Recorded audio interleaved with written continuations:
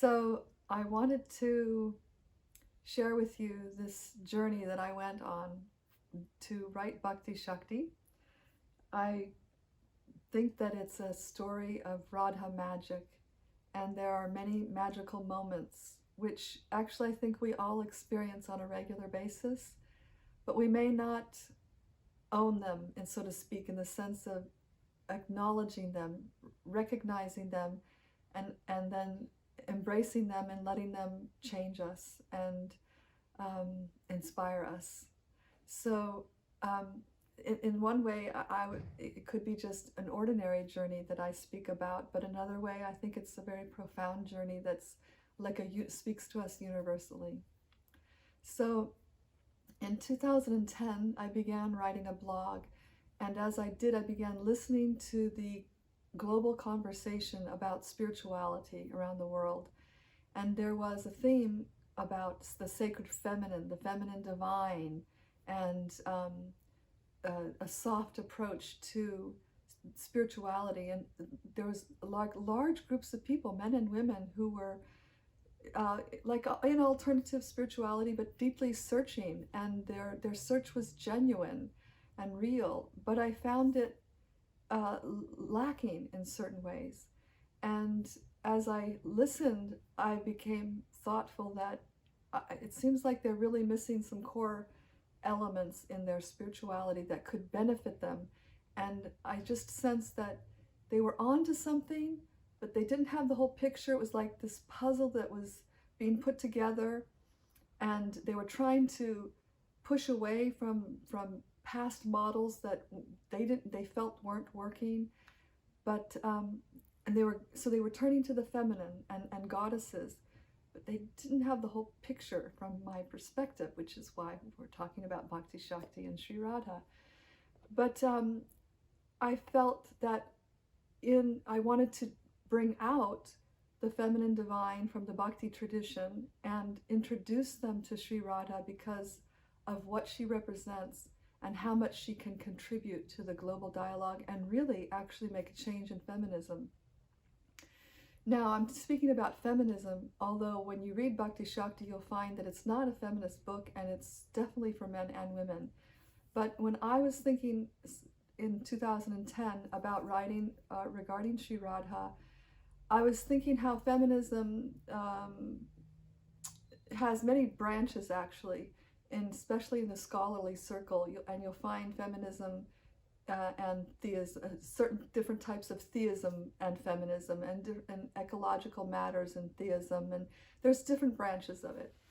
And so I felt that in all these branches, understanding what Bhakti has to offer, and Sri Radha in particular as Bhakti Devi, would benefit all these disciplines within feminism.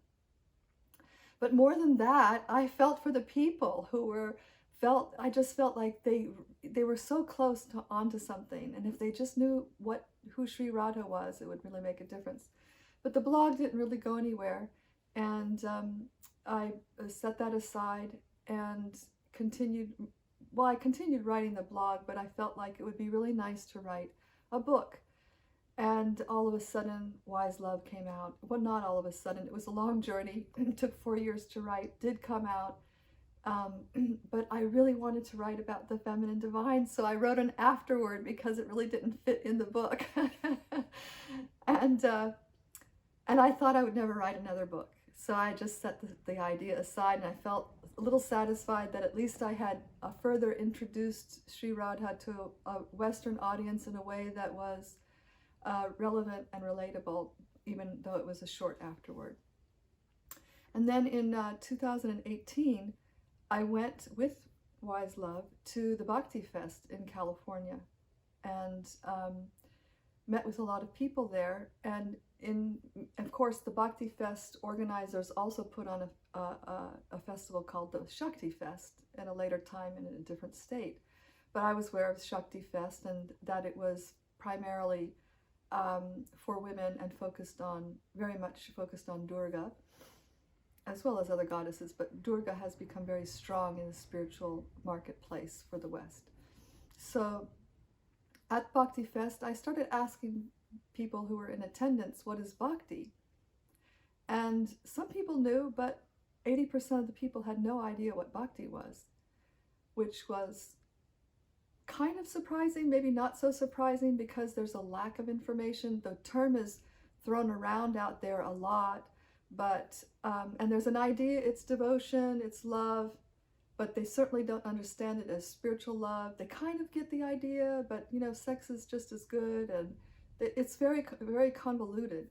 So when I was out there seeing the extent of the confusion, and having seen pictures of Shakti Fest and hearing about Shakti Fest, I really felt like these people deserve more information, and it's up to those who have studied and practiced bhakti and given their lives to such a practice to share the knowledge we've been given. That's extraordinary.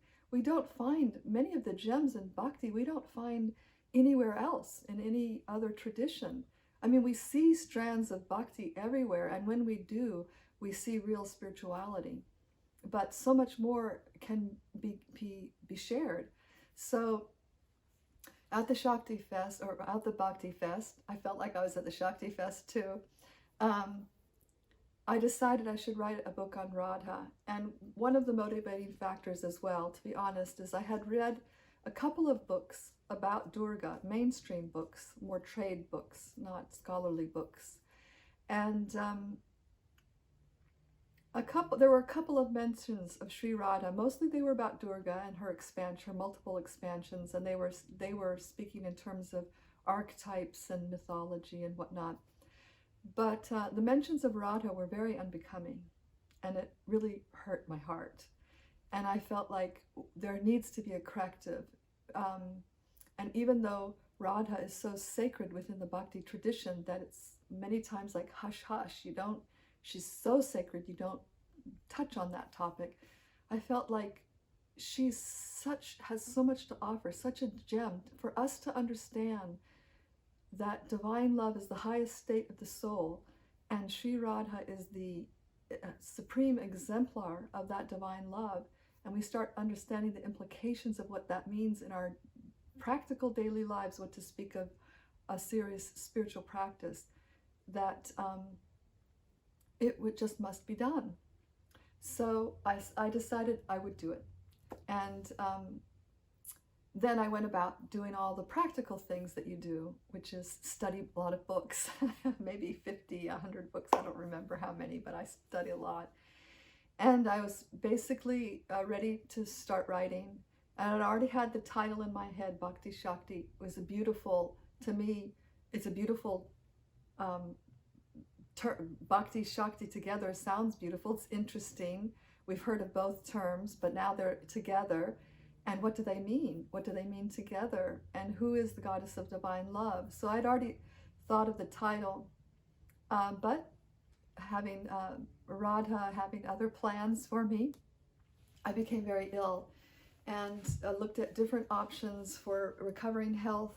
And one was presented to me by a healer near Vrindavan, and that turned out to be like the most probable avenue of recovering health, was to go to Vrindavan. Well, we know what Vrindavan is, some of us, right? Vrindavan is Radha's home. I was sent to Radha's home to write Bhakti Shakti, or prepare to write Bhakti Shakti. And in hindsight, as I was saying, I was just realizing today that what I went through in Vrindavan, which was a very difficult experience to recover my health, was a necessary part of the journey to be used as an instrument to write Bhakti Shakti. And so I've come to see it, as difficult as it was, as part of Radha's magic with me. And while we were there, my husband looked at me and said, if you want to write a book about Radha, you're sitting in her home, maybe you should start writing now. Now, I wasn't really in any shape to write, but I took his words seriously, and I wanted to show my desire to offer the service. And so I took his words, and I wrote what you read as the opening text of chapter 1. So I consider the opening text of chapter 1 part of Radha magic, and I find her there in many ways. So, but I left Vrindavan. Coming back home, was just finishing the program. It was a 10-month program, and literally the last day of doing the program was in the first week of Kartik. And I sat down to chant my mantra meditation, my daily private mantra meditation in the early morning hours. And I was praying to Radha because I really felt actually I couldn't write this book. I had the idea that I wanted to, but I really felt like I couldn't. I really didn't know how I was going to explain the position of Durga Ma in relation to Sri Radha, to properly present Radha in a way that we could easily understand, because she is a very complex subject in the Bhakti tradition. So I had a lot of doubt whether I was going to write this book, and I was doing a lot of praying in these days in Vrindavan, and then sitting down, and I was chanting and praying to her, and all of a sudden I got this intense wave, this deep wave of knowing, and it definitely came from Srimati Radharani. There's no question in my mind. She sent it to me. She showed me this book was going to happen, and she gave me an idea how it was going to happen and how I was to bring in the topic of Durga Ma, which I felt was really, really difficult. And it was so deeply felt and sensed, and so it directly perceived this experience. Just immediately tears started washing down my cheeks. I just cried. It's coming. It's going to happen. This desire I've had for years now, from 2010, now I'm sitting in 2019. It's being granted, and it's by Radha's mercy. So that was a very deep moment of Radha magic in the journey to write Bhakti Shakti.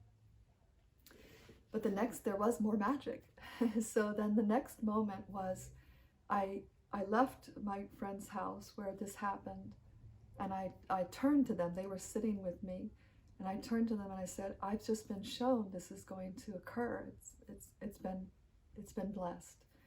And I went home, and it was Kartik, and I sat down with the beginning little paragraphs from Vrindavan, and I looked in front of that blank screen.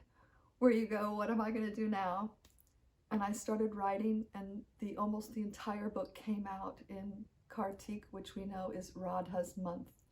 This is the month in this fall, winter, that is known as Radha's month. And Bhakti Shakti manifests in its very infant stages in her month. So that was another moment of Krishna or Radha magic, Krishna magic too. I wanted to share another magical aspect of this project, which is the cover of the book. So let me have this here. I saw a painting that Dhriti had done some years before I even thought about writing about Radha and writing the book. I'm going to show it to you. This is not the best quality. It's a very low resolution image, but it gives you an idea of the masterpiece that I saw.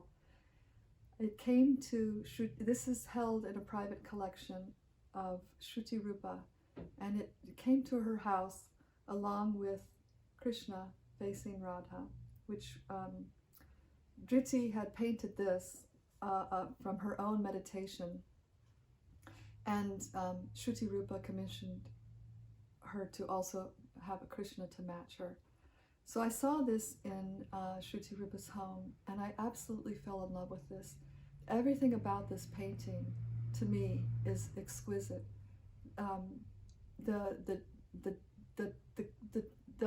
what I call moodiness is not in a negative way. To me, it has a lot of emotion. Radha's expression is extraordinary. I haven't seen anything quite like it. It's like you look at it and you're intrigued, like what is the feeling she has? What is she thinking? Where is she going? And I just was just taken in by this painting of Dhriti. So I held it always in my heart. And when it became clear that I wanted to write a book, I really wanted to have this painting on the cover of Bhakti Shakti, because I just feel it's one of Dhriti's extraordinary masterpieces that has captured Radha in a way that is just exquisite. And so I attempted to see if that was possible, but it wasn't possible. And at the time that I inquired, Dhriti's husband Ram had just passed away, and she was deeply grieving. And so it wasn't an appropriate time to make contact with her. So I just went about, and we went forward with the publisher, but there were several delays, and the cover wasn't coming about, and one cover was presented, and it was very substandard. And all was said and done, a year and a half later, we still had no cover. The book had been finished editing, and what we were going to do with the cover, and actually now who was I going to publish with, because the publisher didn't work out. So I began speaking with Kosha at Chandra Media. We decided to publish through Chandra, and by chance at that time, she was in contact with Dhriti, and she was showing me different pieces of Dhriti. And I said, well, there's one that I really do like, that Radha and Krishna are dancing, and Radha's she has a beautiful expression. She said, no, that one's probably going to be used for another book, on the cover of another book. That one's not going to work. So I was like, and I had completely given up the idea on this one, because that one was just out of my mind as a possibility. And then, so we were going back and forth on images. One day, what happens?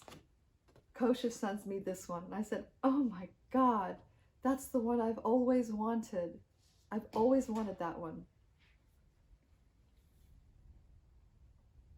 Yeah.